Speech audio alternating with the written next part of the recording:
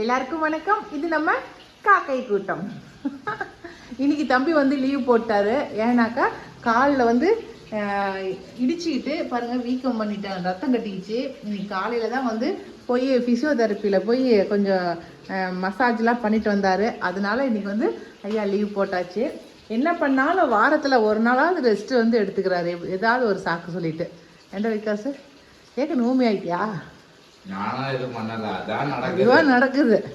அதனால வீட்டில் இருக்கிறதுனால உடனே இன்னைக்கு வந்து நூடுல்ஸ், சிக்கன் நூடுல்ஸ் வேணுமா, அதனால் சிக்கன் எடுத்துகிட்டு வந்து இப்போ வந்து சில்லி சிக்கன் போட்டுட்ருக்கேன். ஏன்னா சிக்கன் நூடுல்ஸ்னாக்கா முதல்ல சிக்கனை வந்து நல்லா நம்ம சில்லி சிக்கன் பொரிக்கிறோம் இல்லைங்களா, அது மாதிரி முதல்ல பொரிச்சிடணும்.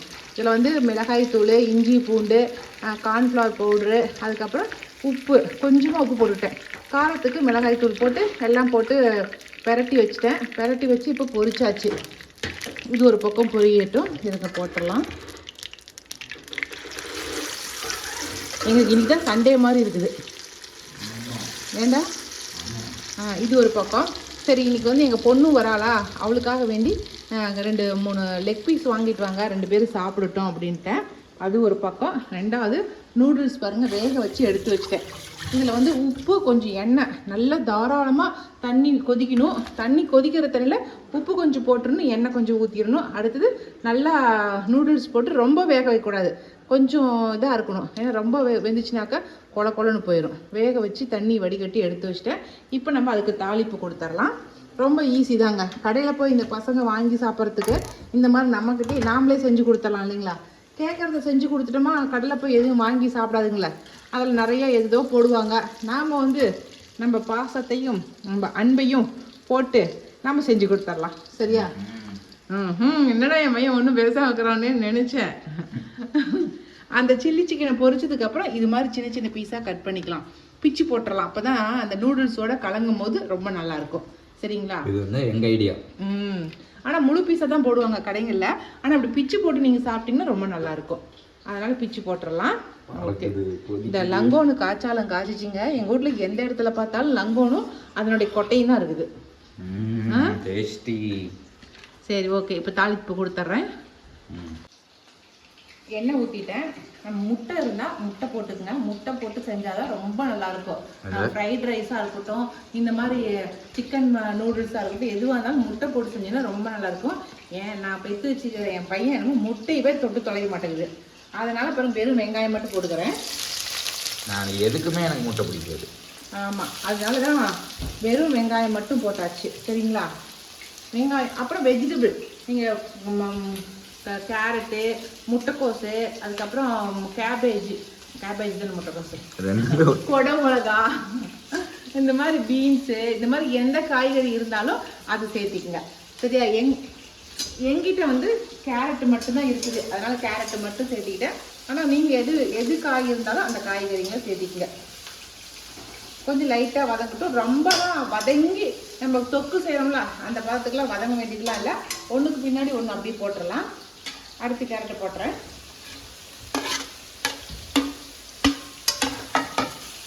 இதில் பச்சை மிளகா கூட சேர்க்கலாம். ஆனால் இந்த அவங்களே மசாலா கொடுத்துருப்பாங்க பாருங்க, இந்த மாதிரி பேக்கெட்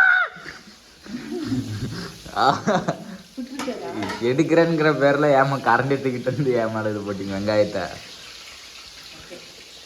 அவங்களே பாருங்க பாக்கெட் கொடுத்துருவாங்க சிக்கன் நூடுல்ஸ் மசாலா. அந்த மசாலா போட்டிங்கன்னாவே நல்லாயிருக்கும். அப்படி நீங்கள் வாங்குகிற பாக்கெட்டில் மசாலா இல்லைன்னா கரம் மசாலா, மிளகாய் தூள் சேர்த்திங்க. அது போட்டுக்கிட்டீங்கன்னா நல்லாயிருக்கும். சரிங்களா? இது சும்மா ஒரு 2 வதக்கு வதக்கிடலாம்.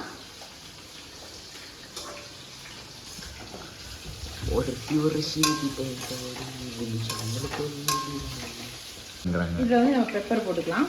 மெயினாக பெப்பர் தான் இதுக்கு போடணும், அதனால் பெப்பர் போட்டுக்கலாம். அவங்க என்ன மசாலா கொடுத்தாலும் நீங்கள் பெப்பர் போடாமல் விட்டுறாதீங்க. அதுக்கு உப்பு கொஞ்சம் போட்டுக்கலாம். நம்ம வேக வைக்கும் போது உப்பு போட்டுக்கலாம், அதனால் அதுக்கு தக்கன உப்பு போட்டுக்கங்க. உப்பு போட்டாச்சு. கடைசியாக வந்து இப்போ இந்த மசாலாவையும் கொட்டிடலாம்.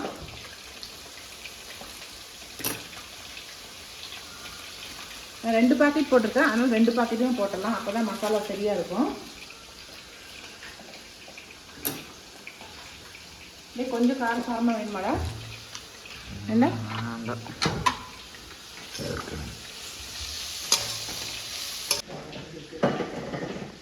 என்னடா பண்ணிட்டோம்.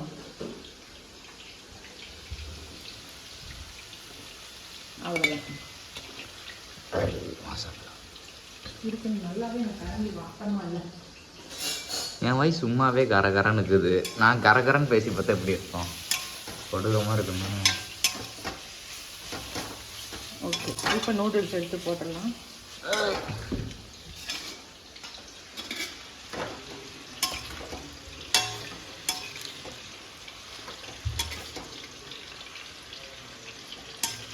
கலரிக்கலாம்.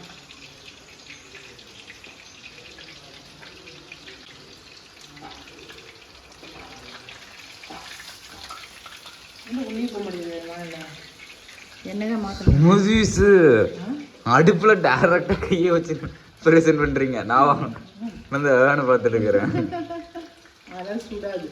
இது வந்து எலும்பு இல்லாத சிக்கன் வாங்கி போட்டுக்கங்க, அப்பதான் நல்லா இருக்கும். சரிங்களா? எலும்புலாம் தானே வரணும்னு கத்திட்டேன்.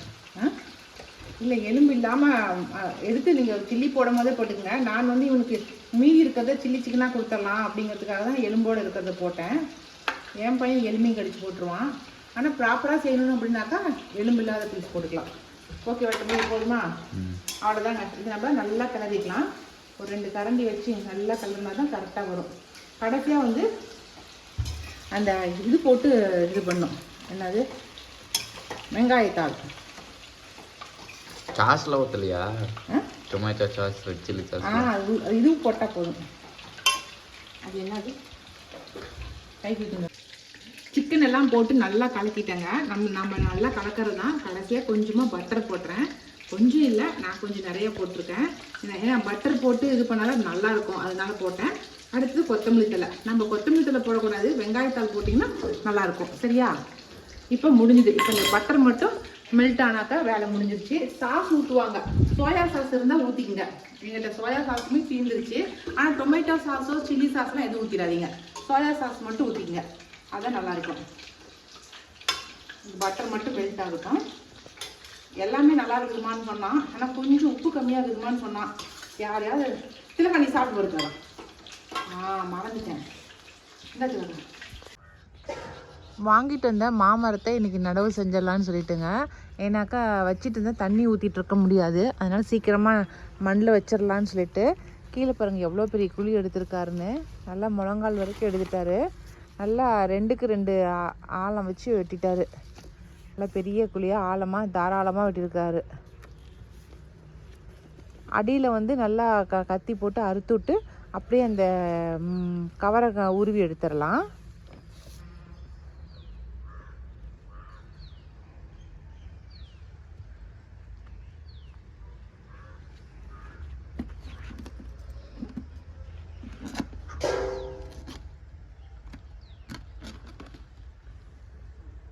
நம்ம காம்பவுண்டை ஒட்டி தான் வைக்கிறேன். காம்பவுண்டுக்கு ஒரு 10 அடி வச்சுருக்கேன். குறைஞ்சபட்சம் ஒரு மாமரத்துக்கும் இன்னொரு மாமரத்துக்கும் 20 அடி கேப் இருக்கணுங்க. அப்போ தான் அது தாராளமாக வளரும். அதனால தான் அந்த லங்கோன் மரம் அந்த சைடு இருக்குது. அது ஒரு 15 அடி தூரம் இருக்கும் இதுக்கும் அதுக்கும். இது கூட பிரச்சனை இல்லை. மாமரம் தான் பக்கமாக வைக்கக்கூடாது. அதனால தான் ஒரு 20 அடி தூரம் இருக்கணும்னாரு. அந்த மாமரம் அங்கே இருக்குது, இது இங்கே இருக்குது. இதுவே 30 அடிக்கு மேலே தூரம் இருக்கும். அதனால் வச்சாச்சு. செடி எப்போவுமே இந்த அளவுக்கு முழுகிற அளவுக்கு குழி நோண்டி வைங்க. அப்போ தான் வந்து நல்லா வேர் வந்து ஆழமாக பதியும். அதுக்காக தான் இவ்வளோ குழி நோண்டி வைக்கிறது. மேலாப்பில் வச்சோமாக்கா, ஏன்னா இதெல்லாம் பெரிய மரம் இல்லைங்களா, அப்புறம் ஏதாவது காற்றடிச்சிச்சினாக்கா அப்படியே வேரோடு அப்படியே சாஞ்சு போயிடும். நல்லா ஆழம் பறித்து நல்லா இந்த மாதிரி அவங்க கொடுக்குற இது வந்து ஒட்டு செடி. அதனால் நல்லா அந்த ஒட்டு வந்து முழுகிற அளவுக்கு நம்ம வைக்கணும். நம்ம மண் போட்டு இப்போ கீழே நாங்கள் எருவு போட்டோம், அதுக்கு மேலே செடி வச்சிட்டோம். இப்போ கொஞ்சம் மண் போட்டு இப்போ மறுபடியும் பாருங்கள் எருவு வச்சுருக்கிறாரு. அந்த எருவை மறுபடியும் கொட்ட போகிறாரு. வேப்ப புண்ணாக்கு தீந்துருச்சுங்க எங்களுக்கு. இல்லாட்டினா இப்போ வேப்ப புண்ணாக்கு எடுத்து கொட்டியிருப்போம். எப்போவுமே ஸ்டாக் வச்சுட்டே இருப்பேன் வேப்ப புண்ணாக்கு. இப்போ எல்லாம் மஞ்சள் காட்டுக்கு போட்டதுனால எல்லாம் தீந்து போச்சு. அதனால தான் வேப்ப புண்ணாக்கு போடல. நீங்கள் வந்து வைக்கும் போது கொஞ்சம் வேப்ப புண்ணாக்கு போட்டு வைங்க. இப்போ எந்த செடி வச்சாலும் மேலே போடணும். அப்போ தான் வேர் கரையான் பிடிக்காமல் இருக்கும்.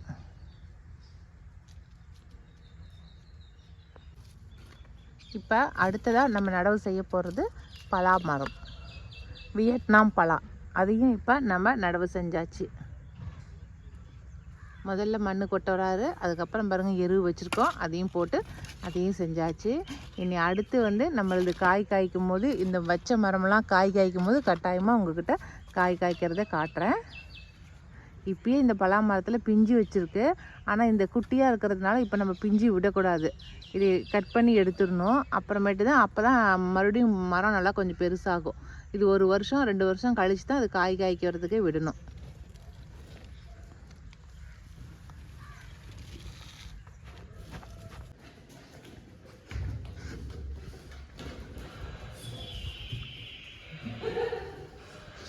ஒரே ஓட்டமாக ஓட்டிட்டான்.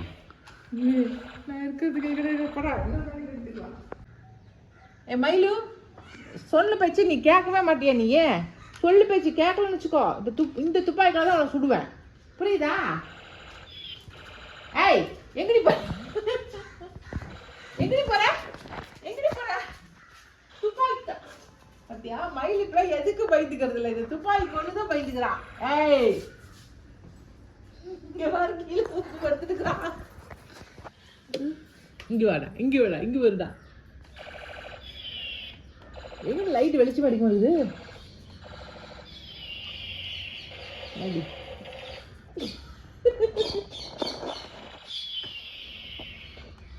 டிஷன் டிஷன் டிஷன் வாடி, என் செருப்பு மேல தொடுவியா நீ? வாடிங்க, பயம் போயிடுச்சுடா, அதுக்கு துப்பாக்கி பயம் போயிடுச்சு.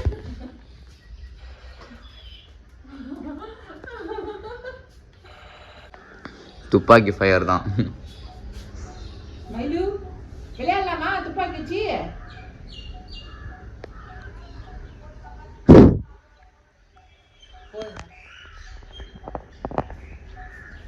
அது பாருங்க, எடுத்துட்டு போறாங்களா இல்லையான்னு பாக்குது.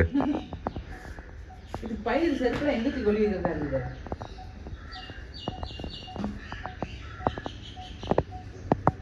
சரி வா, போயிட்டாங்க, வா வா வா வா ஐல் வா.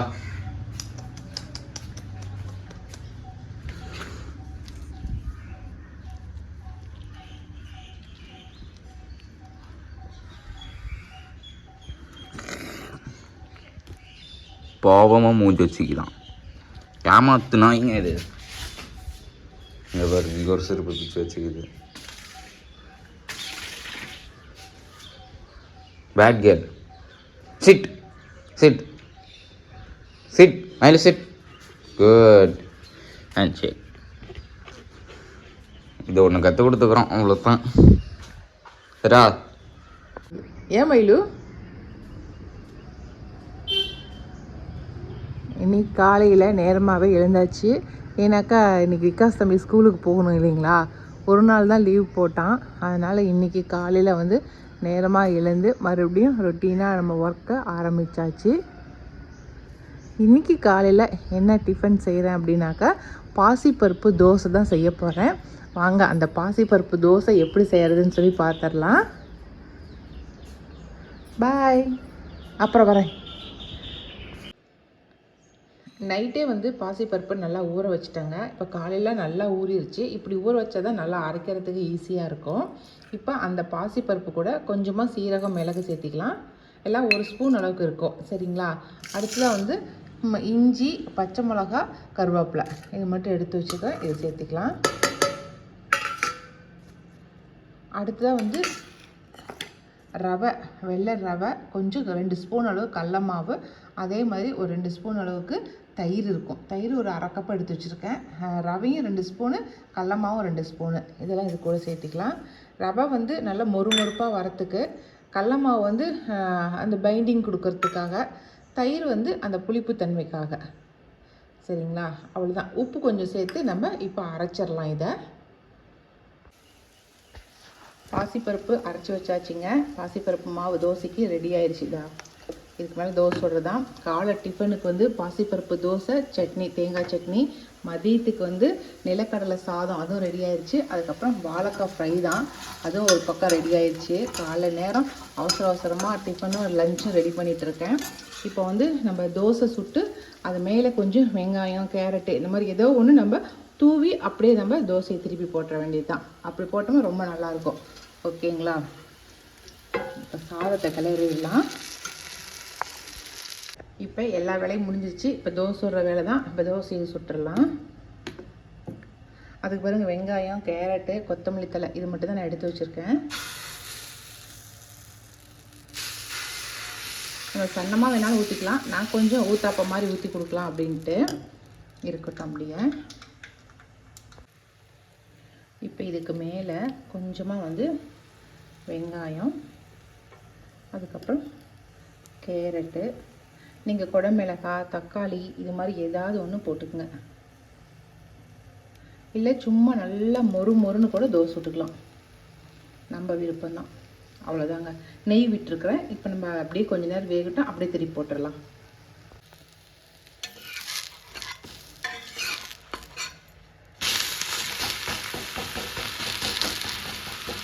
தோசை சூப்பராக வருது பார்த்தீங்களா? நம்ம பயந்துக்க வேண்டியதே இல்லை, சூப்பராகவே தோசை வரும்.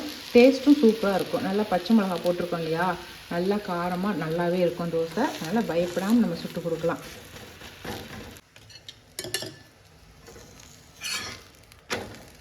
அவ்வளோதாங்க, தோசை சூப்பராக ரெடி ஆயிடுச்சு. இது மாதிரி இன்னும் ஒரு 2 தோசை சுட்டுக்கலாம் அவனுக்கு. நான் எல்லாத்தையும் சுட்டுட்டு காட்டுறேன். அவ்வளோதாங்க. இப்போ விகாஸ் தம்பிக்கு எல்லாமே ரெடி பண்ணிட்டேன். ஒரு 2 சாதா தோசை தான் சுட்டிருக்கேன். 2 ஆனியன் தோசை, 2 சாதா தோசை சுட்டாச்சு, ரெடி ஆயிடுச்சு. தக்காளி, அதுக்கப்புறம் தேங்காய் சட்னி, அதுக்கப்புறம் நிலக்கடலை சாதம், வாழைக்காய் வறுவல். அவ்வளோதான். இன்றைக்கி அவனுக்கு டிஃபனும் லஞ்சும் சூப்பராக ரெடி பண்ணியாச்சு. ரெண்டுமே நல்லா ப்ரோட்டீன் சத்து நிறைஞ்ச ஒரு டிஃபனும் லஞ்சுமாக கொடுத்துருக்குறேன். ஏதாவது ஃப்ரூட்ஸு கட் பண்ணி கொடுத்துருக்கலாம், ஆனால் பேசிக்கிட்டே மாற்றி போடுறேன் பாருங்களேன் மூடியை. ஆனால் டைம் இல்லை, அவ்வளோதான், டைம் முடிஞ்சுது. ஓகே, சாயந்தரத்தில் வந்து ஒரு 4 மணிக்கு அவங்க இதுக்கு கேன்டீன் ஒருத்தர் சைக்கிளில் வந்து சுண்டல்லாம் வேவிச்சு கொண்டு வராராம். அவங்ககிட்ட வாங்கி சாப்பிட்டுக்கிறாங்க 10th பசங்க எல்லாருமே. அதனால் அது ஒன்றும் பிரச்சனை இல்லை. இப்போ எல்லாத்தையும் பேக் பண்ணி கொடுத்துர்லாம்.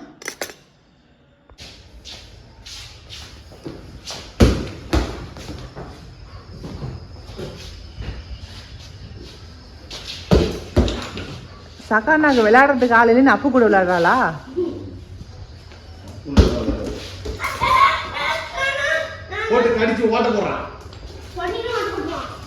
ஏண்டா அந்த பாலை ஓட்ட போற அளவுக்கு அவனுக்கு பல்லுக்குதாடா? கோம்ப பிரீடா இருந்தா மட்டும் பல்லு என்ன கத்தியா? ஐயோ ஐயோ டே, இதெல்லாம் ஓவர்டா டே. சின்ன பிள்ளை வச்சுக்கிது ஏதோ ஒரு பால், அதுக்கு ஏதோ ஓட்ட போட்டுறாதீங்க கண்ணே. அதெல்லாம் ஓட்டப்படப்படாது கண்ணே, அது வந்து தோல், தோடு பிளாஸ்டிக் தோல், அதை போய் ஓட்டப்படும்.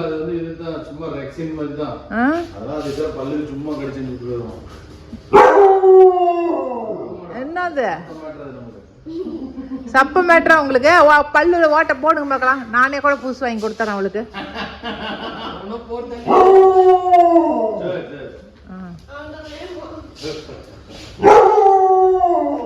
என்ன வேணுமா? தொடக்கிற குச்சி வேணுமாம்மா? பால் வேணுமா? கொடுத்துட்றீ பாலா, குடுறி பாலா. ஐயோ மாமா, டே உண்மையால தாண்டி கடிக்குதுடி. No no no. அப்போ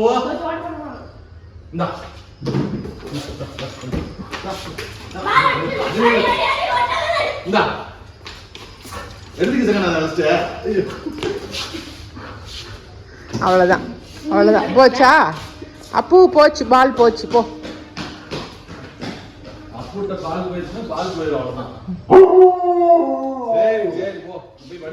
அதுக்குன்னு ஒரு பால் வாங்கி கொடுத்துட்டா டே. பரவாயில்ல, ஒன்று உடைக்காத அளவுக்கு ஒன்று கொடுத்துட்டா. மரக்கட்டையில கூட ஒன்று செஞ்சு கொடுத்துட்டா. பாவம் விளையாடுது, கேட்குதுல்ல ஏடி? அதெல்லாம் முழுங்கி முடிஞ்சு அந்த பால்லாம்.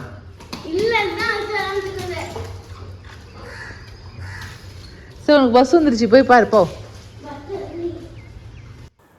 அவ்வளோதாங்க, இன்றைக்கி வீடியோ இதோட முடிஞ்சிருச்சு. இந்த வீடியோ பிடிச்சிருந்தால் லைக் பண்ணுங்கள், மறக்காமல் எங்கள் காக்கை கூடத்துக்கு சப்ஸ்கிரைப் பண்ணிடுங்க.